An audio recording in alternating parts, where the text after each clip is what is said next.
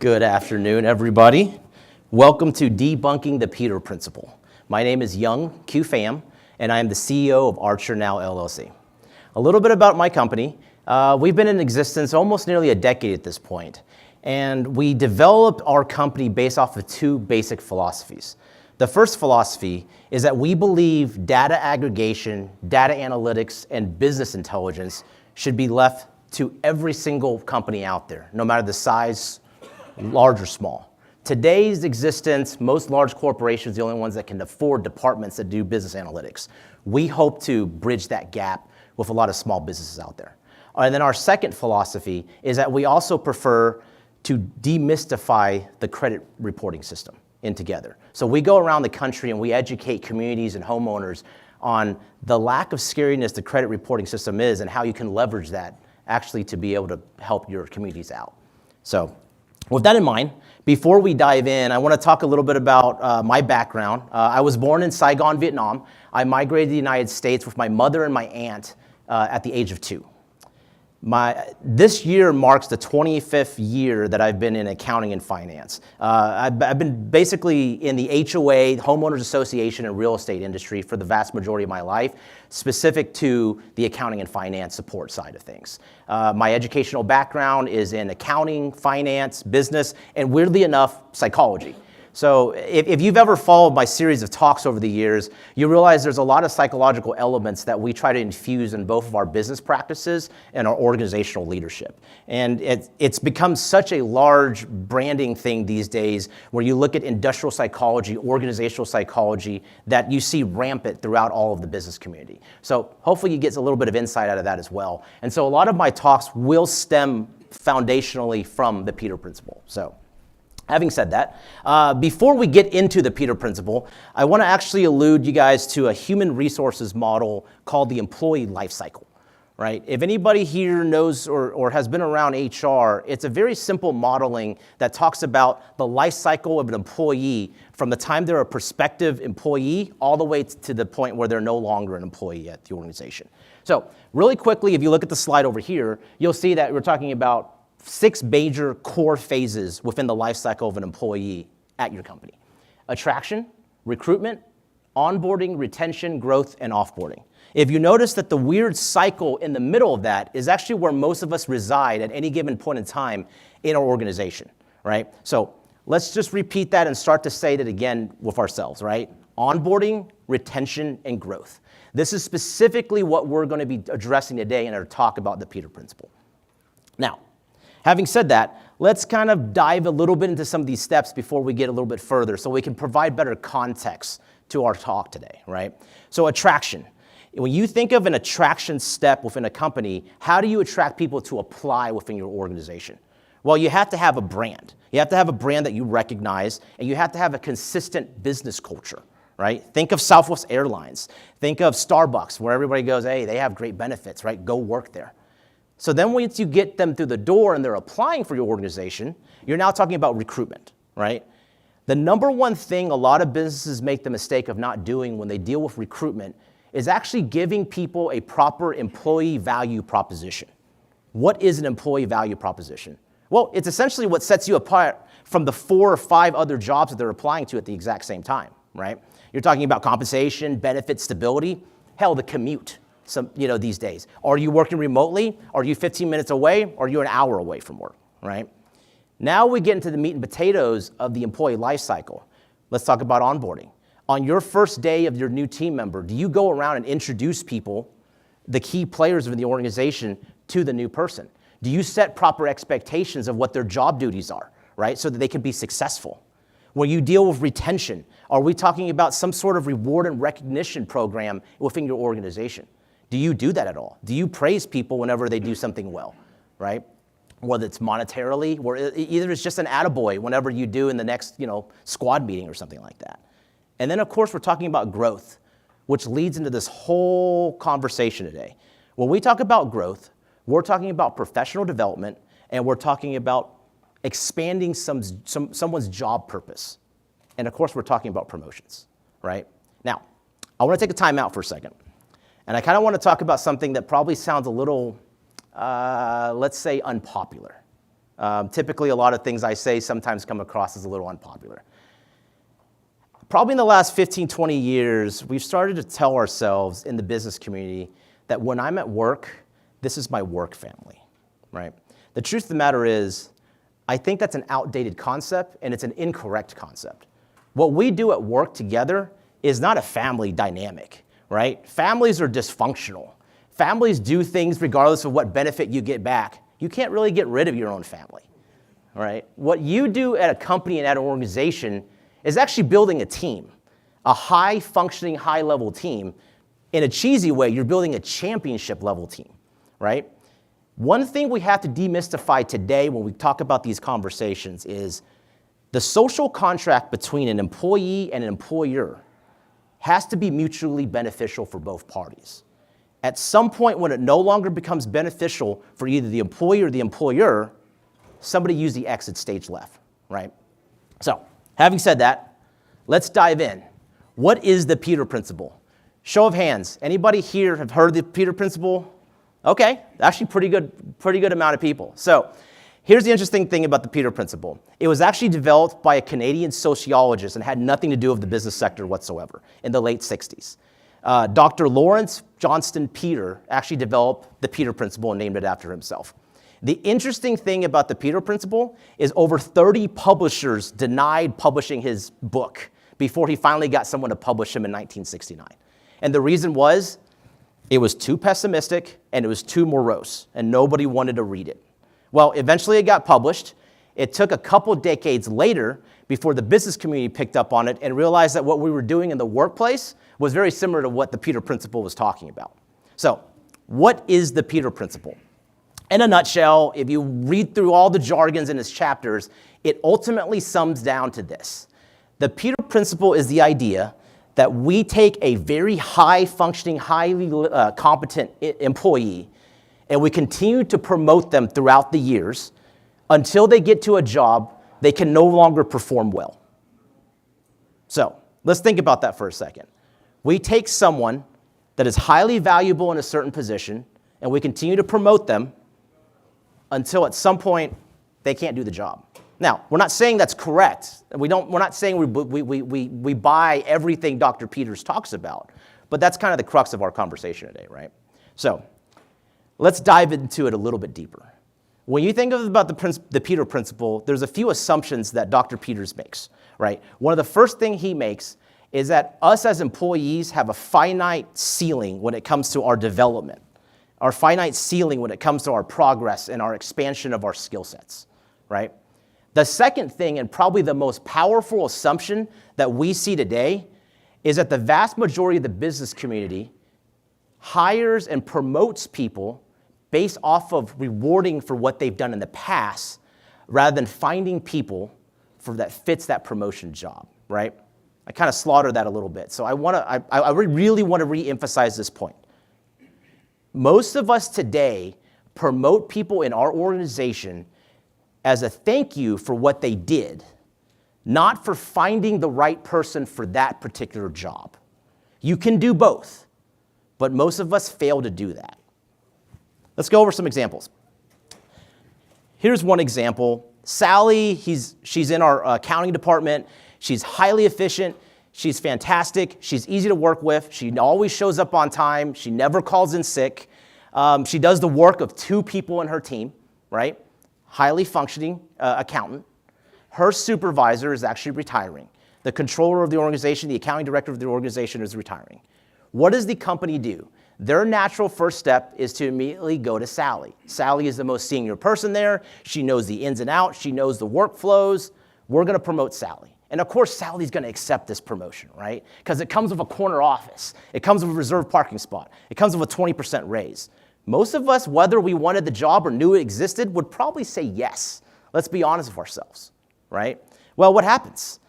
What the company failed to notice during their evaluation process is that Sally very rarely communicates with other people because, just like me, she's a pretty introverted accountant. On top of that, she has never been involved with training any new staff members on the accounting team. And she's a little nervous about public speaking. So let's fast forward 9 months. What happens? Sally's department no longer hits their financial reporting goals, right? They can't get any financials out on time, and they can't ever close the books out on time. Sadly enough, Sally gets fired. This is a very prime example of one of the major fallacies with the Peter Principle that Dr. Peters is kind of correct about, right? So we deal with the fact that we took a highly functioning person like Sally, and we just assumed because she's a great employee and that she loves the company and the culture of the organization, that she was going to be a good leader, that she was going to be able to lead a team and train people. Here's another example, a little bit more fun example. Hopefully you guys will pick up on who I'm talking about here. There's a gentleman named Tom. He went to the University of Michigan. When he got to the University of Michigan, he was 7th-string quarterback. Didn't start for a few years. Through a lot of hard work and a lot of luck and attrition, he managed to start for the University of Michigan. He later on went to spend 23 years in the NFL, win 7 Super Bowls, and 3 league MVPs. I think you guys know who I'm talking about. Well, if anybody watched the NFL last year and any of the games that he commentated at, you'll realize that the day he retired, Fox Sports gave him a 10-year, $375 million contract for a guy that's never publicly spoke, never broadcasted, or never commentated, right? What could go wrong? Well, I am an avid NFL watcher, and I will tell you this, and there's probably some Tom Brady apologists in the crowd, but I can wholeheartedly say that he subjected most of these viewers to painfully boring rants and shallow, unimaginative commentary such as, the team that typically scores more points wins, right? So in all jest and stuff like that, we could see a world in the next few years where Fox probably buys him out of his contract, and in 2028, he tries to start for another NFL team at the age of 51. Now, what is this cheesy story actually telling us? It also tells us another fun lesson, that those that can do don't necessarily mean they can teach or that they can lead either, right? That's a very common fallacy. We always joke with teachers about, those that can't do teach. But sometimes the other way works around as well. Don't just assume that just because they're good at doing something that they're good at explaining things to others as well. So, all right, well, this is getting pretty depressing, right? So how do we go about dealing with this, and how do we get around this, right? I can't internally promote because Sally can't do the job right, but I can't bring people from outside because what is that going to do to our culture? Well, just because the Peter Principle has some merits to it doesn't mean that we have to take Peter's Principle on face value, right? I'm standing up here in the firm belief that over the hundreds of different companies I've interacted with in my work career and my consulting career, we should still value internal promotions. There's 4 main reasons why we should do that. The first is the fact that at a foundational level, if you want to bring in and infuse new ideas and new talents, right, do that at an entry-level position. Bring in people from all walks of life at an entry-level position, but save those senior positions for people that have been in your organization, that understand the ethos of your organization and the culture of your organization. Internal promotions sends a very strong message, right? It sends a message that a company prioritizes their team members and their further development. Hiring an entry-level person is actually a great thing when you hire them from outside, because what it also does is it frees up time from your current team from doing mundane transactional things and being able to then expand their skill sets so that they can be ready for some of these higher level senior roles within your organization. A consistent trend in our organization of internal promotions sends a very clear message and a strong employee morale, right? Promoting from outside has the exact converse effect. So, we've talked about internal promotions, about why it's a good thing. We've talked about the pitfalls of doing internal promotions. So how do we get around this, right? Well, just like everything else you guys do in your organizations as leaders today, you have to plan for success. You have to plan for growth. 10 years ago when we opened up our doors and we had 1 client and only a couple employees, we didn't know what to do. We were just happy to be around. Well, then we added another client, and then we added more, and then we added more employees. And then all of a sudden we hit 20 employees. Now we have to bring in HR. We had to build an infrastructure, right? So you plan as an organization, but a lot of times we fail to plan for our team members. So in the Peter Principle, I think it's around chapter 6 or 7, he alludes to two different types of planning for the promotion. One's called a push promotion and one's called a pull promotion. A push promotion is essentially where an employee proactively on their own goes out and seeks all the help and development they may need to take that next level in their career, right? That may be going to night school and getting your MBA. That may be going out and getting some speech classes so you feel a little less awkward talking in front of people, right? Developing interpersonal skills with people, just going out and mingling. Whatever those are, that proactiveness from an employee is considered a push promotion. A pull promotion is actually very common in a lot of our organizations, and it should be highly promoted.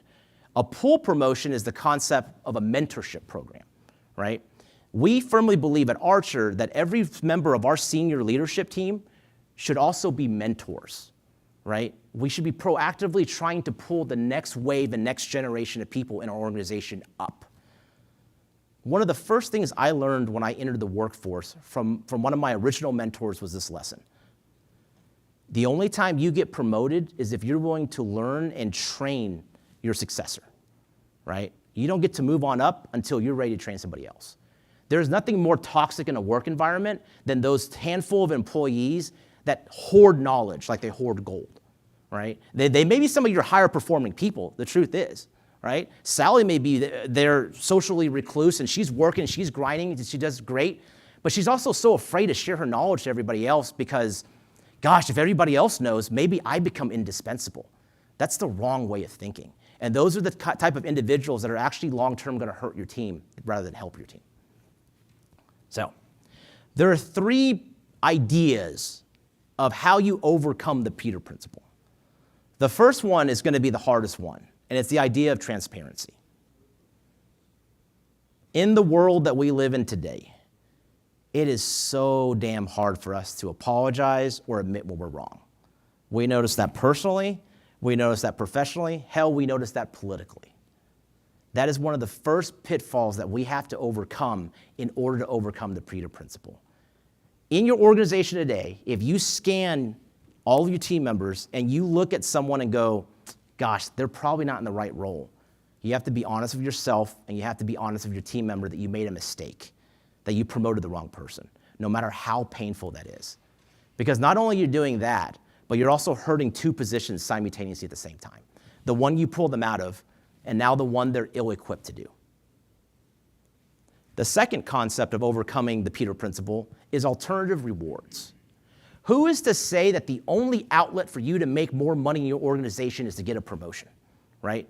I know most of us have worked for large corporations where the best you get is 2% unless you're aiming for a promotion. So what it does psychologically is we've created this culture for ourselves in business where the only way for us to make any significant money or achieve some of our financial goals is to get these higher level positions, right? You see jobs all the time, like, I got to land this deal. If I land this deal, I'll get all the skins on the wall and I'll be able to land this job or land this promotion, right?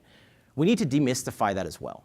Right? There is nothing wrong with paying somebody more simply because they are an invaluable resource at the position they're at. Maybe you get creative and you change up the different types of responsibilities they have. Maybe you give them some type of bonus or profit sharing incentivized program. It doesn't have to necessarily be the promotion. But having that transparency with these folks and sitting down with them and being honest and saying, listen, we'll find the right fit for you. This just might not be it, right? And that's an okay thing to have. It's an okay conversation to have. And then the last thing is one that I've been probably chanting from the rooftops for years about, right? It's the idea of EQ, high EQ individuals. Most of you guys probably know what that is, right? EQ is emotional intelligence. We focus so much in the interview process when we're sourcing people of how smart someone is, how much degrees they have, all these various skill sets. Not once do we ever in an interview actually talk about someone's business maturity or emotional intelligence. I would postulate that EQ beats IQ out every single damn day of the week. We can teach you skill sets that are prerequisite to do the job well. What we cannot teach you is business maturity. What we cannot teach you is an individual that's willing to take negative criticism and not take it personally. So, having said that, I want to backstep a little bit I want to put myself back again for all these years into the role of an employee, right? Back when I used to work for others, I asked myself a series of questions all the time. One of the first questions I always want to ask and talk to an employee is this. When you go out and you apply for a job within your organization that's a promotion, are you doing it solely motivated by the salary that it comes with? Right? Do you actually want to do that job? Do you want to do something different with that job and add more to that layer of the position? Or you're just looking to get paid more? There's nothing wrong with that, but then let's have that conversation about pay, not the promotion, right? Is your job merely a means to an end, an ends to a mean, right? That's okay too. This is a transactional job, right? For most of us, it has to be mutually beneficial. We have to get jobs for us to be able to live the kind of lifestyle we want to live. But also be realistic with yourself, right? Whatever you put out there, whatever energy you put into something is usually what's reciprocated back. So keep that in mind whenever you have context of things. Are you also ready for the additional responsibilities of more money and more responsibilities? A higher profile position. Right? This is a very important thing to understand as well. And this is not one of those foo-foo, he's standing up here and, oh my gosh, like the horrors of making a certain amount of money and the certain amount of responsibilities. But the truth of the matter is, that does kind of paint a larger target for you, right? In large corporations, we see it all the time. Who are the people that they're redlining through? It's always usually the people in the higher 5% of the pay scale. So that's not a bad thing. You should embrace that challenge. Just make sure you're ready for that challenge, right? And lastly, and in my opinion, most importantly, as you go into a senior leadership role, are you willing to build a winning team, a high-functioning winning team? Or are you, what you're really doing is building a bunch of yes people that are complementary to you because you're the star on the team? That is a very important distinction, right? I've learned a long time ago that I am definitely not the smartest guy in the room. I like to surround myself by much more mature, emotionally, and intellectually intelligent people. Because for me, the ceiling of that team is infinite. If all you do is surround yourself by people that are dumber than you and say yes to you, the ceiling is you. So, final takeaways. Anybody after lunch that got sleepy and completely forgot what I was ranting on for the last 20 plus minutes? There's 4 key takeaways I want you guys to take from this, right? The first is this. Understand the employee life cycle for every member of your team. At what stage are they at, right? Are they at the growth stage? Are they at the onboarding stage, right? Know where they're at so that you know what to attend to for their next level of development. Number 2, promotions are about the future, not about the past. It does not mean you can't reward someone for all their years of service and their years of great attitudes, right? But also make sure this person positions you and your company and that division for what's going to be taking in the next few years, not what's happening before. Number 3, EQ beats IQ every day of the week. Surround yourself by emotionally intelligent people and you're probably going to be in pretty good shape. I think the next time I go to an interview and one of the applicant goes, you ask one of those canned questions like, what are your strengths? And if somebody ever told me I have a high level of emotional intelligence, I would probably just my head would explode. I would probably immediately hire them, maybe even probably hire them at a higher rate than what was listed in the ad, because that is a powerful message. That means that they understand the importance of that. And last but not least, sounds cheesy, but you got to be honest with yourself and you got to be honest with the others. You got to be genuine about that situation, right? So I leave you the parting thought of the wonderful former First Lady, Rosalind Carter. And she said this: a leader takes people where they want to go. A great leader takes people where they don't necessarily want to go, but where they ought to be. Thank you for your time today.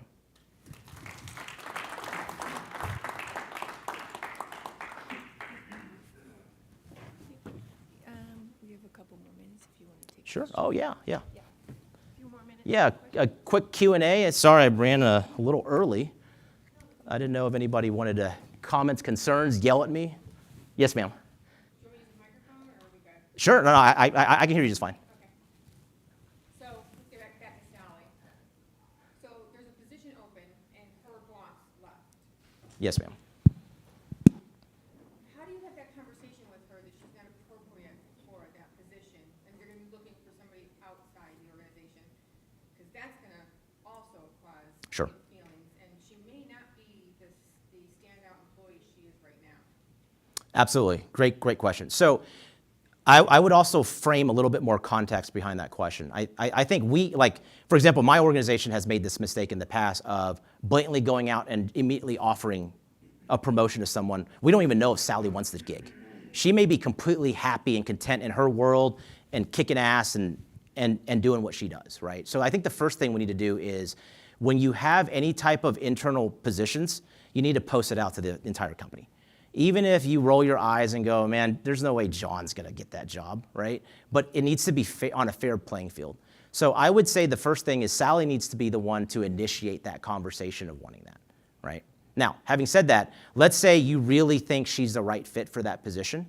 Then you now sit down with her and you kind of go through, Sally, these are great areas that you bring to the table. Here's some deficiencies that we feel that if you shore that up, you'll be great. Conversely, to answer your question, if she's in a position where she really wants a job and you're just like, I don't know it's the right fit, I think what you do is you probably put her on some kind of probationary period, right? You obviously don't say, nobody likes that term. But you go, hey, why don't we do this? Like, I think you're gonna be great in this field. You really haven't had a whole lot of experience with training people and also having to be on the fly and dealing with clients whenever they're upset. Like, why don't we put you on a 90-day plan where we just kind of phase you in, we'll get you the proper level of training along the way to help you. And then that way, if you feel in 90 days it's still not the right fit for you, your old position's still there for you, right? Yes, sir. How do you know that you've promoted someone above their level of competence until you've actually seen them perform at the next position? I mean, I understand what you're saying is you try to ascertain whether or not they're capable of Sure. the promotion. Right, like that one lady saying, oh, well, she's not a people person, she's never trained anybody, she's kind of a worker bee. But sometimes you don't know, right? Absolutely. And I would say the answer to that is $1 billion answer, right? Like if we knew that, we'd always hire the right people as well from outside the organization. Sometimes you have a script, you have a profile of what you're looking for in that position. Like for us, when we build teams, we also build complementary psychological teams as well, right? Like you don't want everyone to be completely quiet, but you also don't want everybody chatting all the time. You need a good healthy mix. And so I would say if you trust your system and this is the profile you have and Sally fits that profile, heck yeah, give her a chance, right? So, but yeah, just like the crapshoot it is in hiring people, you never know until somebody actually performs the job. But I think the important thing is conscientiously, we need to make sure we set Sally up for success and give her all the tools and training for her to be prepared instead of throwing her to the wayside whenever she has no support. Yes, sir. An organization that wants to promote internally, what tools are they doing to assess people's potential as opposed to their performance? One of the things I mentioned a couple years ago when I was talking about kind of like dealing with labor and also recognizing things, one of the first things I always like to tell people is at the resume stage, when you interview a new person, right, that's probably the last time we see the resume. What the reality is, make more mental notes. If somebody comes from a background that maybe they taught a couple years at a community college, that leans yourself to maybe they're pretty good at teaching people things, right? Or they have an artistic background which may lend you to helping out with the branding and the marketing part of your department. So being able to know that, yeah, they're applying for an accounting job, but maybe they have other skill sets that later on down the road would be beneficial to them and your organization. So you can start building out those profiles now to be able to help kind of build upon that, right? And I think that really helps to paint a better picture to intimately understand what your employees can offer, as well as what they may want to be doing long term. So you mean we have to actually read the resumes Yes, yes. I think that would be a good idea. Instead of just, I mean, we run through the motions, and I can tell you guys this. It is getting so much harder. I think everyone here would agree with me. It's getting so much harder to hire people. People have gotten so darn good in interviews, right? Confidentially, we hired an individual a few years ago. So good. We were so excited about the position. Somehow, on the first couple days of work, we found out they actually didn't speak any English. I know it sounds completely silly to think about, but that's how prepared people are getting. That's how, savvy people are getting. So we have to find new ways of doing it. One of the favorite things I like to do is nothing obtrusive, but I like to make some kind of conversation where they feel a little uncomfortable, putting them up against a little bit of stress, just to see how they react to something like that, right? We got to get away from these canned questions all the time. What's your pros? What's your cons? What do you like to do? It's got to be more succinct than that. So, all right. Thank you again, everybody. I appreciate your time.